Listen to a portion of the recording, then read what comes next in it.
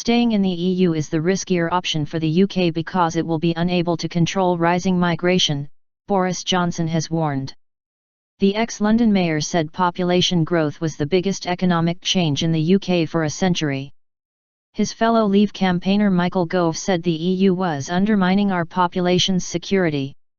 David Cameron accused the Leave campaign of trying to peddle fantasy politics.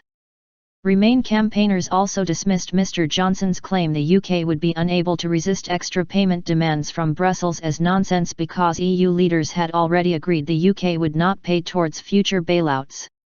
The UK also had a veto over future budget increases, they added. Vote Leave attempted to counter repeated warnings by the government about the consequences of leaving the EU at an event in Stratford-upon-Avon featuring Mr. Johnson, Mr. Gove, and Labour MP Gisela Stuart, where they set out what they said were risks of remaining.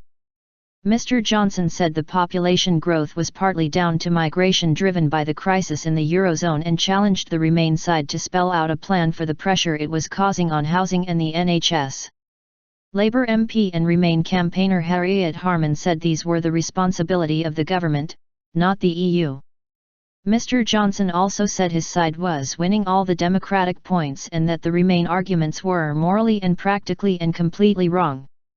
The benefits of the single market were wildly overstated, Mr. Johnson claimed, saying the UK could not be insulated from the cost of bailing out the failings of the Eurozone and other hikes in costs. Taking questions afterwards, he rejected the idea that David Cameron's renegotiation had secured protection for the UK from paying for future bailouts. The deal has no legal basis at the moment and could be quite easily overridden, he said.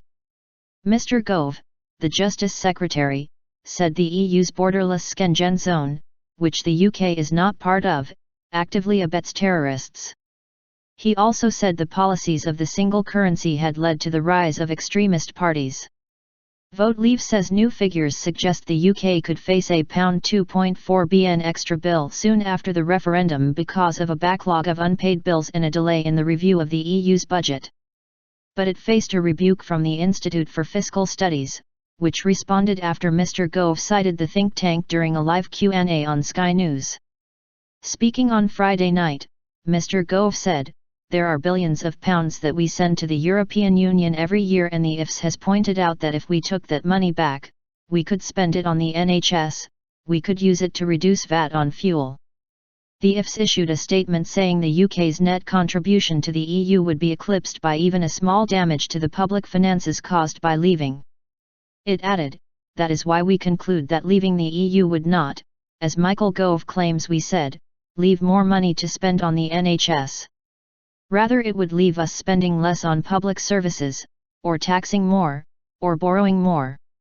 At a separate event on Monday, which Britain Stronger in Europe called an unprecedented display of cross-party support, Mr. Cameron, Ms. Harman, Lib Dem leader Tim Farron and Green Party leader Natalie Bennett said refusing to set out an economic plan for Brexit was reckless and undemocratic. They said, "It's time for the Leave campaign to outline their economic plan for Britain outside Europe. They are perpetuating an economic con trick on the British people, and we're calling time on it. The British public deserve better than being asked to roll the dice." They also unveiled a dossier on the often contradictory statements the Leave campaign has made on the economy, claiming it has had 23 positions on the alternative to the single market.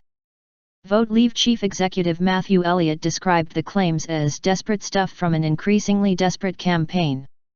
"We have set out a series of pledges about how life will be better if we take back control. We want to invest more in the NHS, create 300,000 jobs through new trade deals, cut energy bills for families and introduce a new Australian-style points-based immigration system," he said.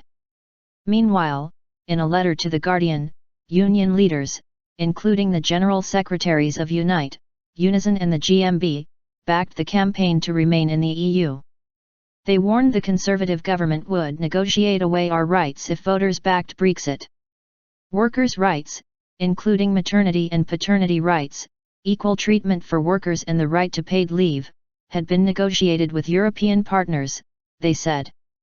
"If Britain leaves the EU, we are in no doubt these protections would be under great threat," the union added.